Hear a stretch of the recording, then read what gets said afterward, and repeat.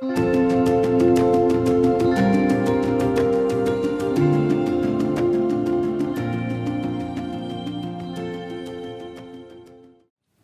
brothers and sisters. Last Sunday, Spencer preached out of the book of James, and the passage that hit me was James 1:22, which says, "Be doers of the word, not hearers only, deceiving yourself." That got me thinking about a passage of scripture I'd like to share with you today.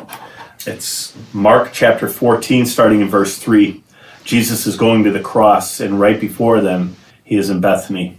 It says, "While he was at Bethany in the house of Simon the leper, as he was reclining at a table, a woman," we know from the book of John that was Mary from John chapter 12, "a woman came with an alabaster flask of ointment of pure nard, very costly, and she broke the flask and poured it over his head.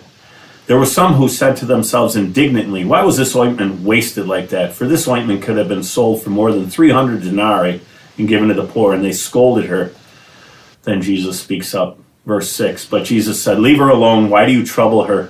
She has done a beautiful thing to me. For you will always have the poor with you, and whenever you want, you can do good to them, but you will not always have me.'" And here it is, church, verse 8. She has done what she could. I've been thinking a lot about that in this time with the COVID situation. A lot of our privileges and rights have been taken away. But we still have Jesus, and we can, like Mary, still sit at his feet whenever we like, and we can hear from him. So my challenge to us, brothers and sisters, are you doing what you can? Mary couldn't fight the Roman government. She couldn't take on the Jewish leadership at that time. She couldn't even chop off a servant's ear to defend Jesus. But she did what she could, and she broke that alabaster jar and poured the oil on Jesus. So my brothers and my sisters, today, when you see this, what are you doing for Jesus? And can it be said about you, you have done what you could?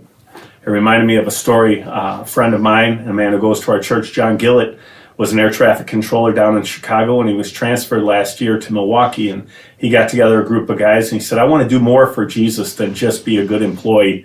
So if I'm a good employee, I get all the glory. I want to be a good employee, and I want to do something for Jesus as well."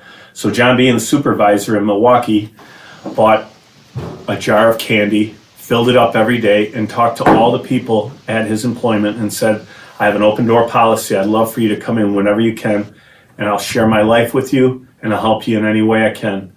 Well, out of all the employees, only one took him up on the offer, and that man's name was Kai. Kai would come day after day. Kai was in a hard position in life.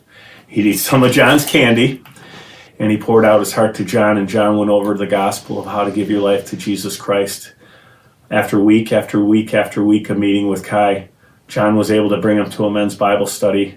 And 1 year ago, last week, Kai gave his life to Jesus and was transferred from darkness into light. I think about Mary because the last part of that verse says, "What she has done will be told of her." And I wanted to tell you what John had done with one jar of candy. And John, you see, is not just a hearer of the word only, he's a doer. And he did what the word said. And it could be said of him, as it was said of Mary, he has done what he could. Will that be said of you?